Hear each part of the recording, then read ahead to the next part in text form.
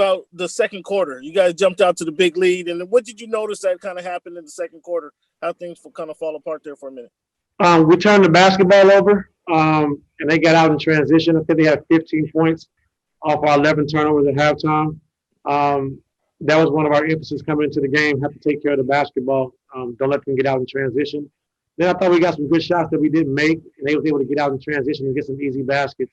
But overall, I thought we did a great job only having 5 turnovers in the second half, and then also only giving up 8 offensive rebounds, and Trey's had 4 of those. And anytime you can keep AD to 0 offensive rebounds, you've done a pretty good job. So with their size and their length, we wanted to do a good job on the glass, and we did that.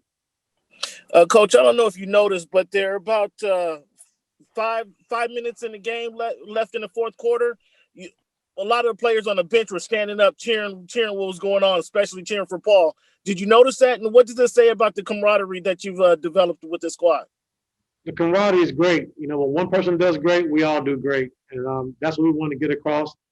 That's our motto for this season. Like, we cheering for each other. And when somebody does well, we want to be there. And when somebody's doing bad, we want to be there. So PG, in the second half, we was able to draw some plays up to get him in the ISO situation, to get some matchup and post up on the elbow, catch and shoot. So PG just had an overall phenomenal, great game, going 13 for 18 from the field and got more aggressive in the second half. We'll go over to Miriam. Hey, Ty, I just want to follow up on Paul. He's been saying that he feels healthy and he feels good. Is this him when a healthy Paul George? Is this what we can expect? Yeah, this is him. I just think playing free, just playing his game, and we need him to do that. And then it's also good for us being able to stagger him and Kawhi. He comes out early, then he comes back and playing against those second unit guys. PG against second unit guys is going to be tough to handle. So, right now, it's a good win, a great business win for us.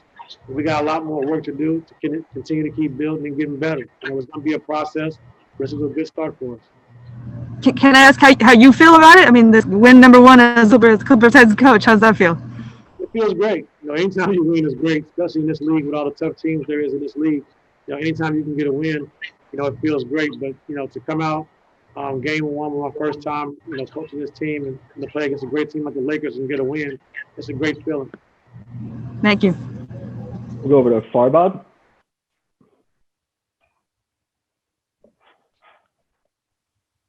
Hey, Coach. Congratulations on the win with the team. Thank you.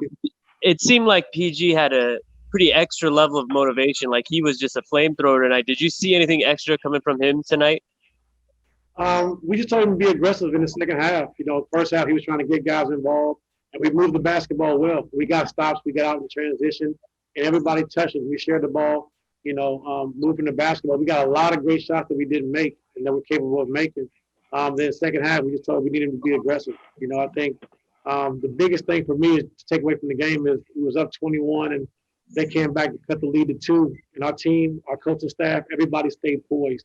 And we stayed poised through the process, and we was able to get the momentum back by getting stops and then getting out and running transition.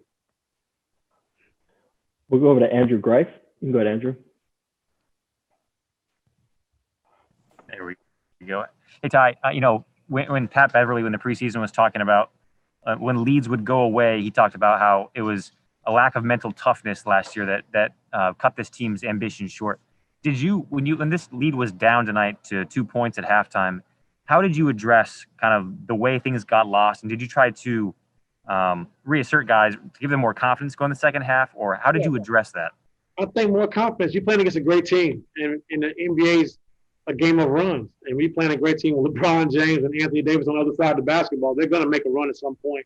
You just got to be able to withstand it. Like I said, I thought our players and our coaching staff did a great job of just staying poised. I think that's a big thing for us. So at halftime, I just say, listen, we did a great job. We had a good lead. They came back. They made a run. That's part of the game. But all we have to do is take care of the basketball. We'll be in good shape. And second half, we only had 5 turnovers. And then with Zoo, last year, fourth quarter minutes for him were so scarce. Why did you want to go to him during some pretty critical minutes tonight? Well, he proved in the bubble that he's capable of playing those minutes.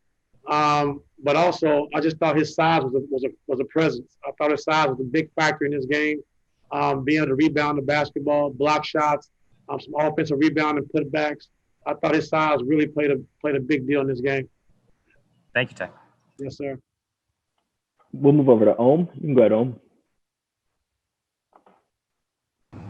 Hey, Ty, forgive me if this was asked earlier, but PG had said that, this season was going to be different because he's going to be able to come in. He had an off season to work out. His shoulders feel better.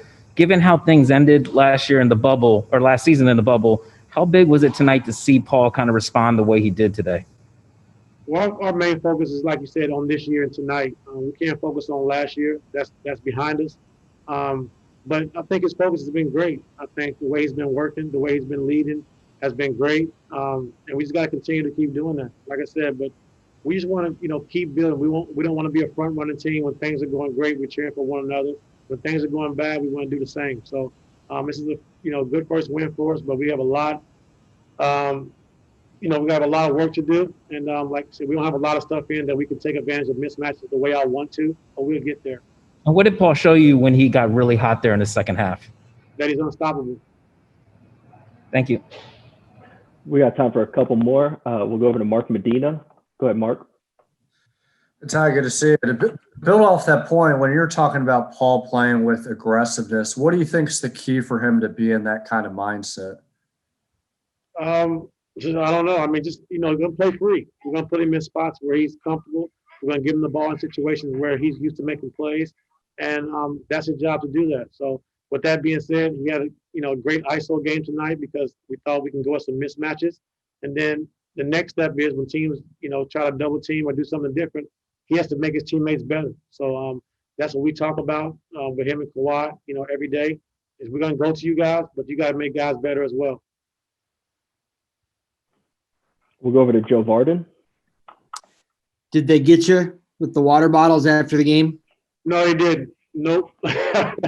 Weak. It's a weak locker room. That's a Ty staple. Hey, you've been on the other side of these ring ceremonies, like having won one, and you know how emotional it is. Did you try to kind of take advantage of that tonight, being in the locker room where you aren't going through those emotions? Is that something you guys talked about beforehand? Well, the coaches weren't going to be out there at that time anyway, but our focus was on us. Lakers, they deserved that ring. They won the championship. They was a great team, had a great year last year. So you can't take nothing away from them. Our main focus is just coming in to this season, starting tonight, and trying to establish who we are and what we want to do going forward. So our focus wasn't really on the Lakers getting their rings. Like I said, they deserve it. And they were the best team last year. So congratulations to them again, but now we're moving on. And then the last one, you've been talking about this, about you can't focus on last year and that, it's a game of runs and all that.